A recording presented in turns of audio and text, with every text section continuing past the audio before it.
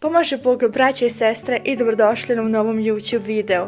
Moje ime je Hadži Teodora i u današnjem videu želim da pričam o mojim top duhovnim knjigama koje sam pročitala 2025. godine.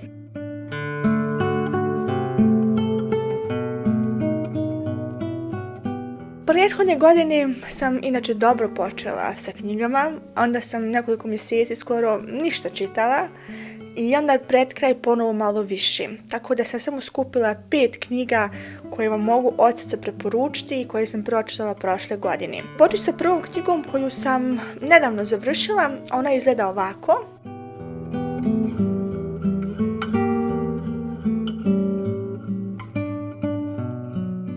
Zove se Vođen Božjom rukom, protoijerej Stavrofor Predrag Azap. Knjigu sam dobila za poklon kada sam bila upravo kod oca Predraga, tog autora ove knjige. Kod njega u parohiji, ja vam je mogu preporučiti. Mogu samo da kažem da je nema svugdje kupiti, morate direkt kod oca Predraga da pitate da li ima još nekoliko primjeraka ove knjige. Uglavnom radi se o tome da on opisuje ne samo svoj život, nego pogotovo njegov sveštenički rad. 30 godina svešteničke službe, to nije mali broj, tako da je dosta toga doživio, pogotovo u tom periodu i 90-ih i što se tiče nakon rata, što se izdešavalo i kako on ponovo sakupio narod, kako je ponovo obnovio ne samo jednu crkvu, nego mnogo crkvi u istočnoj Hrvatskoj, pogotovo Vukovar, Vinkovci, Ilok, tako da zaista pokazala mi jednu totalno drugačiju perspektivu na život Srba u tim prostorama, na duhovni život upravo tamo u istočnoj Hrvatskoj. Rijetko se čuje nešto, upravo da vam kažem, u medijima vezano za Srbe u tim krajima, vezano za pravoslavlje u tim krajima, tako da mi je zaista otvorio totalno jedan drugačiji vid na tu tematiku i rado ću da snimim kad mi se ukaže prilika jedan mali film o eparhiji Osijeko-Poljskoj i Baranskoj, tako da vam je ja od srca mogu preporučiti, ako možete da je negdje nabavite, da je pročitate. Sljedeću knjigu koju mogu da vam preporučim je ova.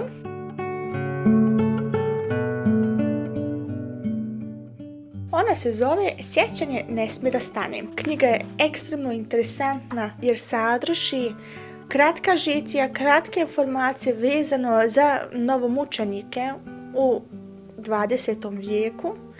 Tako da, ako vas zanima, na primjer, o mučenicima jasenovačkim, mučenicima drugih mjesta, ja vam ovu knjigu mogu da preporučim. Zaista je mnogo informativna.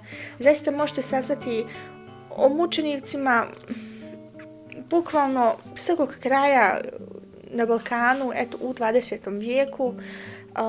Saznala sam mnogo mjesta koje prethodno nisam znala, gdje su Srbi mučenički postradali i koji su i proglašeni svetiteljima, tako da vam zaista ovu knjigu mogu preporučiti jer je po mom mišljenju veoma, veoma važno ako nekog zanima jednostavno o novomučenicima 20. vijeka, dolje na Balkanu. Onda imam jednu knjigu, ona izgleda ovako. To je Flavijan Armagedon, koliko se sjećam je 4. knjiga, ujedno i zadnja knjiga. Trenutno čitam još jednu knjigu i onda imam sve knjige pročitane od serije Flavijana i ja vam mogu svaku da preporučim.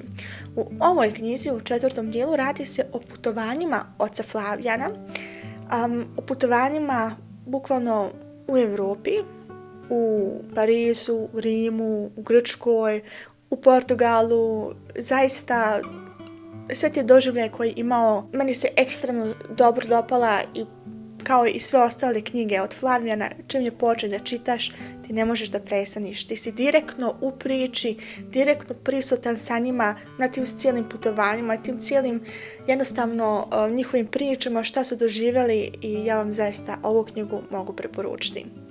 Predzadnju knjigu koju imam je ova. Zove se Vjera svetih, katehizis Istočne pravoslavne crkve od episkopa Nikolaja Velimirovića. A što vam kažem, bukvalno sve što vas zanima vezano za pravoslavlje možete da pronađete ovdje. Apsolutno sve.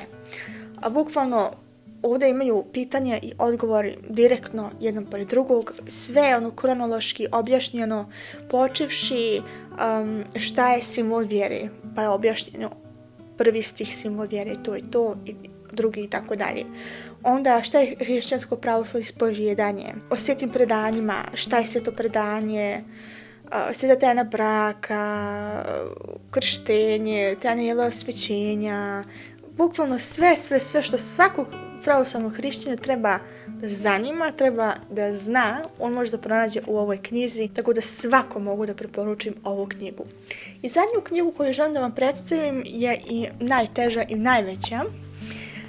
Sigurno ste viđali u mnogim mojim videima prethodne godine, radi se o zakonopravilu Svetog Save. Jedna knjiga, vidite kako je debela, što apsolutno svako treba da ima, ja to 1000 puta ponavljam i sada ću ponavljati. Bukvalno sve kompaktno objašnjeno o svim vasinskim saborima, o svim pomjesnim saborima, o pravilima svetih apostola, sve pravila što treba da svako inače da zna, ne samo sveštenički klir. Po mom mišljenju moraju to i mirjani da znaju, tako da se sve može pronaći u ovoj knjizi o jereticima, o inovjerima i tako dalje i tako dalje. Sve ovdje se može pronaći i ponavljam po 1000 put. Kada bi se svako pridržavao ovih pravila, svijet bio mnogo bolji, ne bi imali uopšte nikakvih problema u našim crkvama, a ono što se danas dešava, to je jednostavno van ovog što ovdje piše, ali to je druga tematika, tako da vam ja od srca mogu da preporučim. I to su sad ovih 5 knjiga koje vam mogu preporučiti, koje sam pročitala prošle godine i koje jednostavno zaista oduševljena sam od svake od njih. Napišite vi dolje u komentarima koje knjige ste vi pročitali prošle godine od duhovne literature i koje možete da preporučite. Možda meni danete novu ideju da kupim jednu knjigu, iako imam previše, ili danete nekom drugom jedan mali savjet koju knjigu da nabavi i da čita. Vidimo se u sljedećem videu. S Bogom, amin.